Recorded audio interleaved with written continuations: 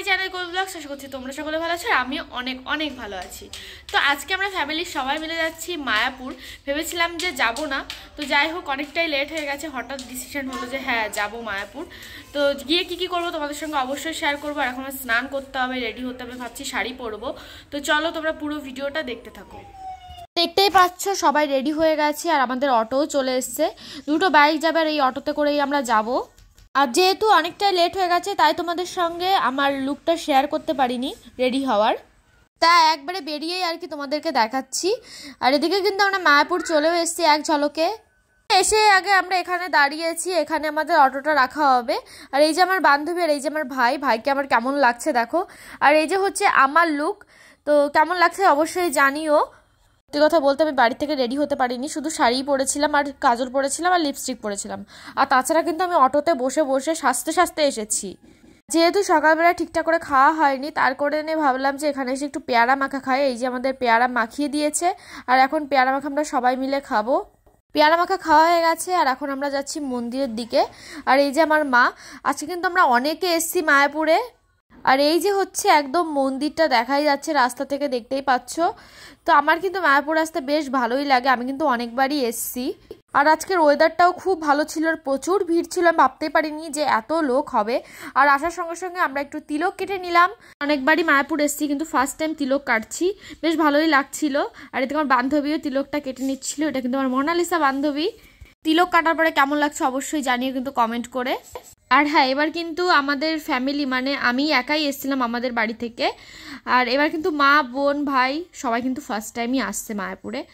আর এখানে দিদুনরাও এসেছিলো, দিদুনরাও কিন্তু ফার্স্ট টাইম এসেছে। আর ভাইয়ের জুতো খুলে গেছিলো, তার কারণে মামা এখানে ভাইয়ের জুতোটা বেঁধে দিচ্ছিল। তারপর দেখো রাজ এখানে কি করেছে, রাজের যে হেলমেট সেটা মানিককে পরিয়ে দিয়েছে। মানিককে ঠিক কেমন লাগছে দেখো, আর মানিকও খুলবে না। আর সবাই ওকেই তাকিয়ে তাকিয়ে দেখছিল। মানিক আবার ওইভাবেই মার কাছে গেল মাকে দেখাতে।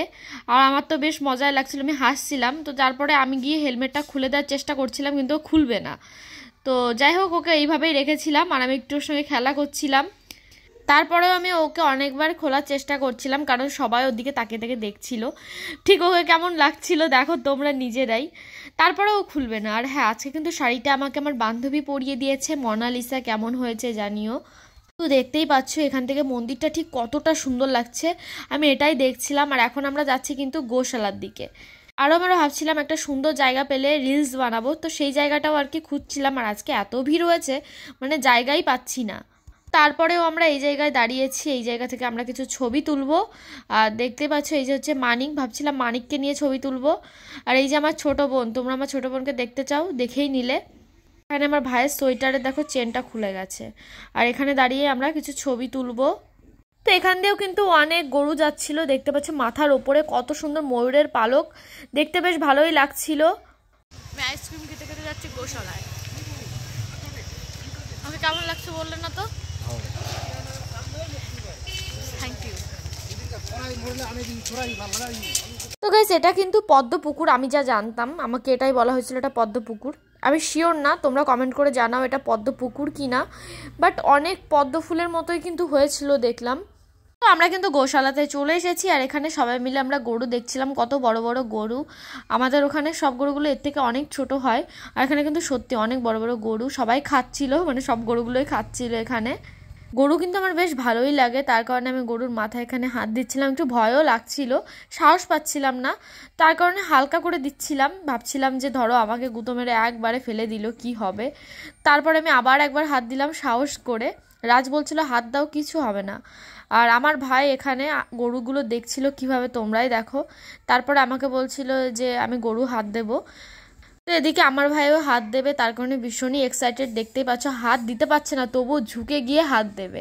তো অনেক চেষ্টা করছিলাম তবুও মানিকের হাত যাচ্ছিল না। তারপর কি করব, ভাবলাম যে একবার আমি কোলে নিয়ে নিই, কারণ মার কোল থেকে হচ্ছিল না। তারপরে আমি এখানে কোলে নিয়ে হাত দিলাম। আর মানিকের এক্সাইটেডটা দেখো, কতটা এক্সাইটেড ছিল, ওর হাসিটা একটু দেখো, মানে ও ভীষণই খুশি গরুর মাথায় হাত দিয়ে। আর ও কীভাবে এখানে আইসক্রিম খাচ্ছিল। তো যাই হোক এদিকে আমাদের গোশালা কিন্তু প্রায় ঘোরা হয়ে গেছে। আর এখানে আমি আর একটা গরু দেখলাম, মানে এই গরুটা এত বড় শিং ছিল, মানে এখানে যত গরু ছিল সব থেকে এই গরুটার শিং এত বড় ছিল। তো সবাই এই গরুটার ফটো তুলে তুলে নিয়ে যাচ্ছিল, কারণ এত বড় শিং আমিও প্রথমবারই দেখলাম। কি অবস্থা? এই কি অবস্থা?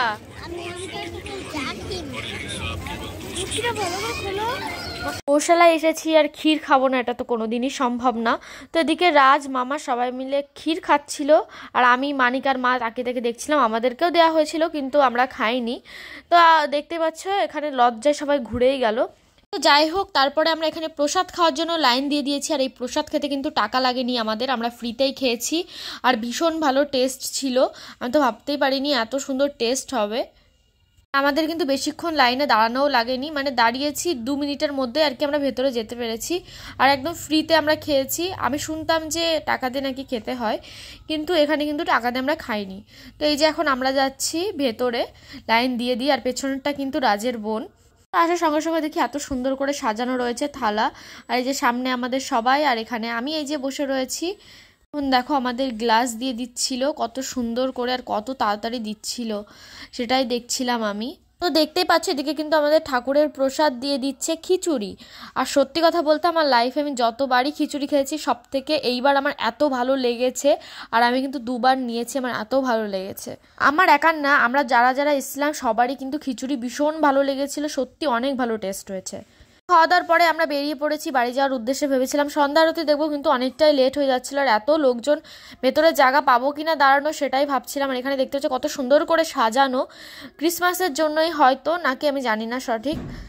তারপরে মা আসলো এইখানে গোপাল দেখতে, ছোট গোপাল, কারণ ভাবছিল দিদির জন্য একটা গোপাল নেবে, কিন্তু ছোট গোপাল। তো আমরাও দেখছিলাম গোপালগুলো কিন্তু সত্যি অনেক সুন্দর। তোমরা নিজেরাই দেখো এই দুটো গোপাল কত সুন্দর লাগছে দেখতে। তো মা ভাবছিল যে এর মধ্যে থেকে ঠিক কোনটা কোনটা নেবে, আর ওখানে মোনালিসা দেখিয়ে দেখিয়ে দিচ্ছিল। আর মা ইচ্ছা করে ভাবছিল যে একটু ছোট ছোট গোপাল নেবে, আর ছোট গোপাল কিন্তু দেখতে বেশি সুন্দর লাগে।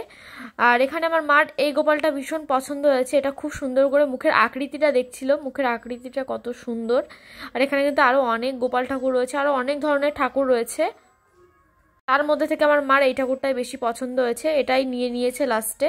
এটা কিন্তু আমার দিদিকে না জানিয়ে নিয়েছে, দিদির গিফট। তো আমরা বেরিয়ে যাবো বলেই ভেবেছিলাম। তো আমরা গেটের কাছে এসে দেখি গেট বন্ধ, তারপরে বেরোতে পারিনি। তারপরে দেখলাম যে এখানে ঠাকুর নিয়ে বেরিয়েছে, তো সেটা দেখার জন্য কিন্তু আমরা এখানে দাঁড়িয়েছিলাম। আর ভীষণ সুন্দর লেগেছে, তোমরাও দেখো।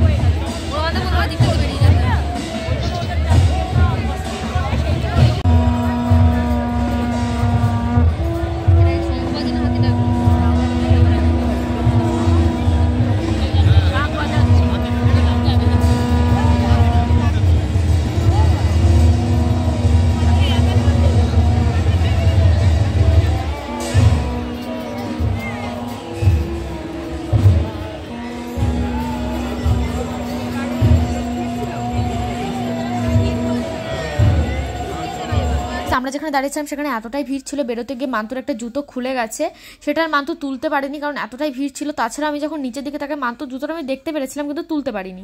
আর তাছাড়া আমি দেখেছি একজনের পার্সও পড়ে রয়েছে, তাহলে ভাবো তার কতটা প্রবলেম হয়েছে, জানি না সে পেয়েছে কিনা। আর এত ভিড় যে সে তুলতেও পারবে না। তো যাই হোক, এখন কিন্তু আমরা বাড়িতে যাব। আমাদের অবস্থা এইরকম ঠিক শীতে।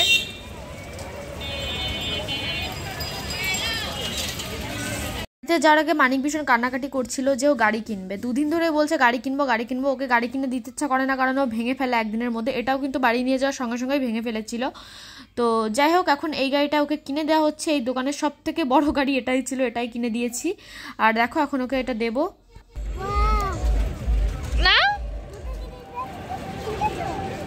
না তোমারটা।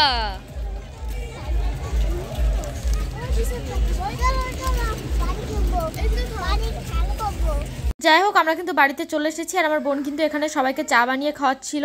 তো যাই হোক, ভিডিওটা এখানে শেষ করছি। কেমন লাগলো অবশ্যই জানিও।